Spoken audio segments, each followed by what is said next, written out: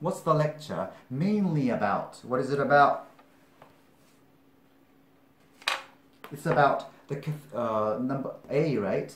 The characteristics of two separate types of architecture, which are Gothic and Roman Renaissance. Renaissance, okay, just Renaissance. So let's look at other options. The manner in which Renaissance architects designed cathedrals. It's not only about the Renaissance architects, all right? The manner, what does manner mean? Manner means the way in which something is done. C, the process of building a cathedral from the ground up. That means from the ground to the top, okay? It's not about the process of building a whole cathedral, so C is not the answer. D, an overview of the history of Renaissance architecture. Overview is what? It's a general understanding or a general description. So it's not about the history of the Renaissance architecture. It's about the characteristics of the two separate types of architecture. Okay. Why does the professor explain Gothic architecture? Why does he explain that? He does it to A, contrast it with a Renaissance architecture. Do you understand? He was going to explain Renaissance architecture, and he explained about Gothic to compare it with. Do you understand? So A is the answer. B, to impress the students with his knowledge. He didn't do that to boast his knowledge to the students, okay? To show its similarity to ancient Greek architecture. Gothic architecture has nothing to do with Greek architecture. It's not similar. But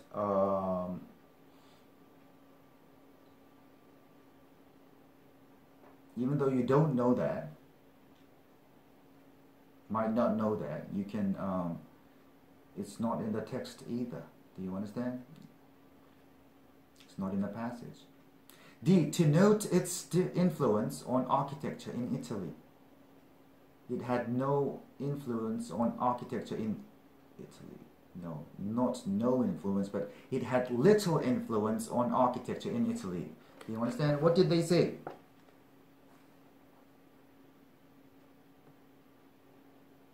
Italian architects historically designed buildings like their Roman ancestors had. Okay. Italians never really embraced Gothic architecture. Okay. So they weren't influenced much by the Gothic, so it's not the answer. It's A. According to the professor, what did Gothic cathedrals often look like? What did they look like? It's B, right? They had high walls and tall spires. What did it say on the passage? Gothic cathedrals had high walls and tall spires. Okay. Let's look at other options. A, they were based on mathematical precision. This was Renaissance or Roman. Okay, Roman. They had both.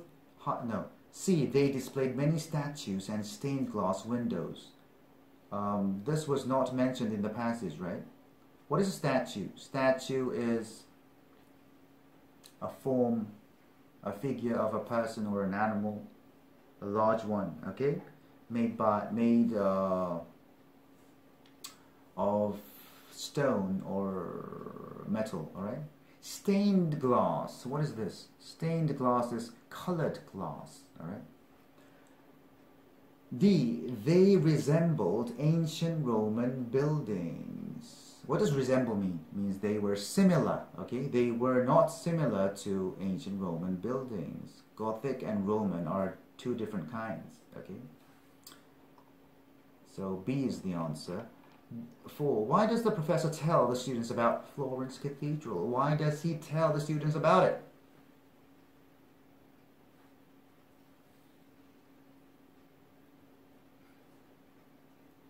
It's to look at an example of both Gothic and Roman style in one architecture. Okay, so C is the answer. To focus on the flying buttress. No. D, right? D. To discuss a cathedral built in two separate styles is the answer. Let's look at other options. To cite it as an ideal Renaissance cathedral.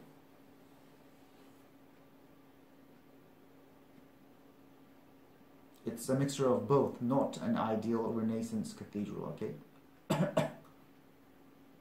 What does cite mean? Cite means to say what other person has said, okay? It's not your own opinion. B, to emphasize how long it took to build the cathedral. The professor said that it took 140 years, which is a long period, but he didn't tell the students about the Florence Cathedral to emphasize the length of the time to build it. C, to focus on the flying buttresses used in a cathedral. No, right? This building had no flying buttresses, but had a dome designed in Roman style.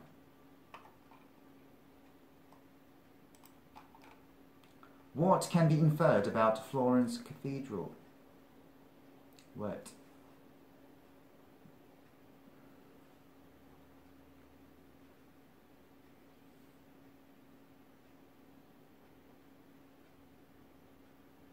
The main building's shape is a Latin cross, which is typical of Gothic cathedrals. Okay, so except for its dome, it was looking like a Gothic architecture.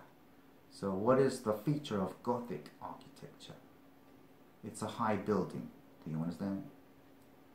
Let's look at other options. A, it contains mostly Renaissance images.